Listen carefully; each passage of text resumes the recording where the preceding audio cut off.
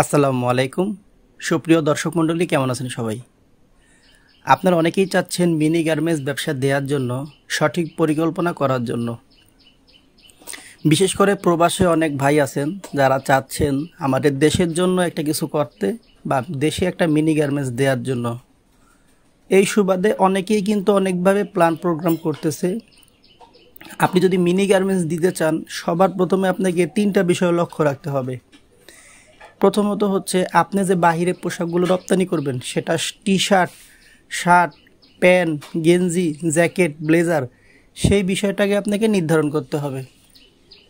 দ্বিতীয় পর্যায়ে ওই প্রসেসগুলো তৈরি করতে বা ওই জ্যাকেট, টি-শার্ট তৈরি করতে গেলে যে সমস্ত কোয়ালিটি সম্পন্ন মেশিন দরকার, সেটা সম্বন্ধে আপনাকে আগে জানতে হবে। এই 2টা জিনিস জানার পরে পরবর্তী আপনি প্রোডাকশনে যাওয়ার জন্য মেশিন কিনবেন, ওয়ার্কার নির্বাচন করবেন।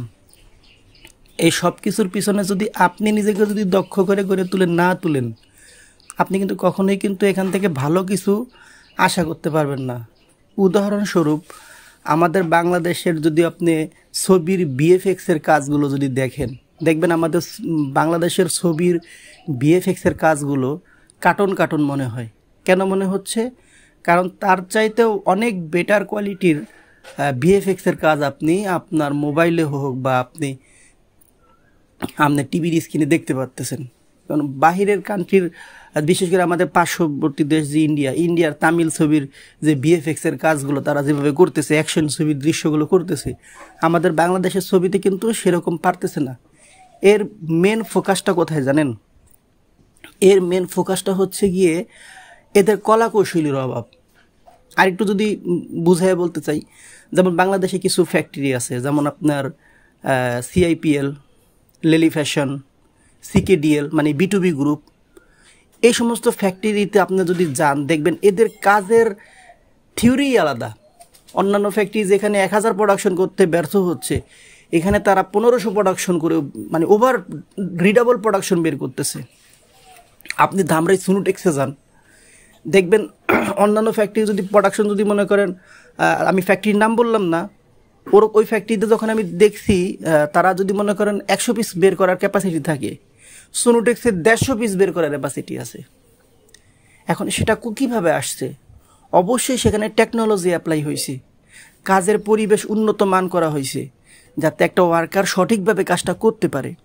দেখেন, এই জিনিসগুলো যদি আপনি আপনার ভিতরে না আনেন এবং মনে মনে যদি এভাবে স্বপ্ন দেখেন যে ওই সেম গার্মেন্টসটা মনে হয় আমিও বানাইতে পারবো, তাহলে কিন্তু আপনি ভুল করবেন। ঠিক আছে, ভুল করবেন কি ওই যে অনন্ত জলিল সাহেবের মতো ভুল করবেন। আপনি টাকা খরচা করবেন, আপনি বিএফএক্স করাবেন, কিন্তু দিন শেষে দর্শক সেটা গ্রহণ করবে না। আপনি টাকা খরচা করবেন, আপনি গার্মেন্টস তৈরি করবেন, কিন্তু আপনার গার্মেন্টসের কোয়ালিটি আসবে না, কারণ এক্সপোর্টের কোয়ালিটিই আলাদা।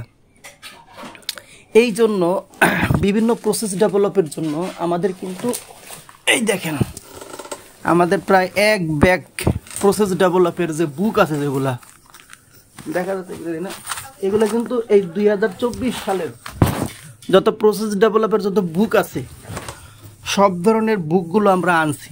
ঠিক আছে, আপনারা যারা চাচ্ছেন যে আমরা আর কি এই বিষয়টা সম্বন্ধে ভালো জানতে চাই, ভালো বুঝতে চাই, যেমন এই যে এবছর মনে করেন যত হাই টেকনোলজির মেশিন বের হয়েছে, কোন মেশিনের কি কাজ, কোন মেশিন দিয়ে কি কাজ করবেন।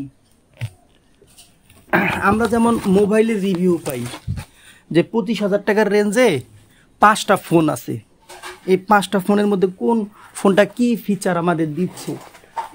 আমরা কিন্তু মেশিনের কিন্তু এরকম কোনো রিভিউ কিন্তু পাই না, যে আমি যে 10,000 টাকা বাজেট বা আমার যে 20,000 টাকা বাজেট, এই 20,000 টাকা বাজেটে আমার কোন মেশিনটা নিলে ভালো হবে, সেটা কি জ্যাক ভালো হবে না জকি ভালো হবে। আমরা কিন্তু এই বিষয়গুলো কিন্তু ততটা ভালোভাবে জানি না।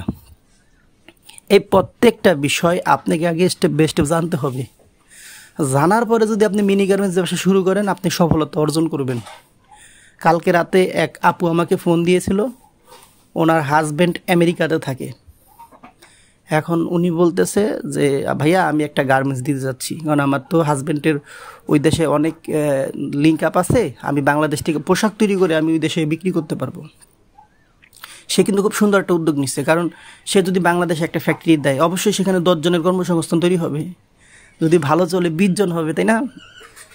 এরকম তো আরও অনেক প্রবাসী ভাই আছেন।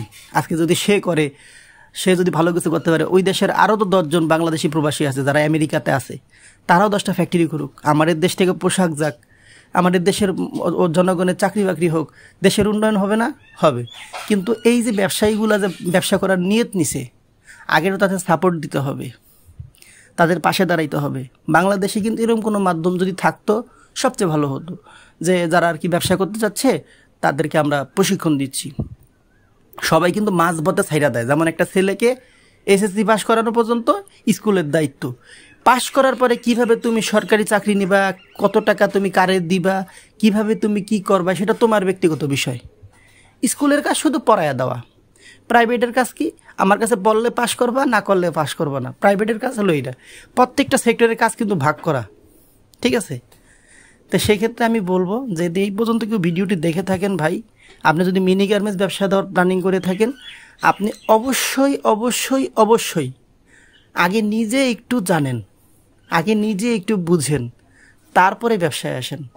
শুধু শুধু নিজের সময়টাও নষ্ট করবেন, টাকা পয়সাও নষ্ট করবেন, ব্যবসায় ধরা খাবেন, ভবিষ্যতে বন্ধুবান্ধব আত্মীয় স্বজনের কাছেও মনে করেন মান পাবেন না, অসম্মান করবে, অনেকে খোঁচা দিয়ে কথা বলবে, তোরে বলছিলাম তুই গার্মেন্টস ব্যবসায় যাইস না, তুই আমার কথা শুনলি না, গ্যাস হত কী করলি, 50 লাখ টাকা নষ্ট করলি, হ্যান করলি ত্যান করলি, এটা ডিপ্রেশনে পড়ে যাবেন। তাই যাই করবেন ঠান্ডা মাথায় বুঝে শুনে করবেন। ভাই ভিডিওটি যদি ভালো লাগে একটা লাইক দেবেন। এ সংক্রান্ত আরও কিছু ভিডিওর লিঙ্ক আমি এই ভিডিওর ডিসক্রিপশনে দিয়ে রাখবো, যে ভিডিওগুলো দেখলে আপনারা আরও অনেকগুলো বিষয় জানতে পারবেন। তো ভালো থাকবেন সবাই, আল্লাহ হাফেজ।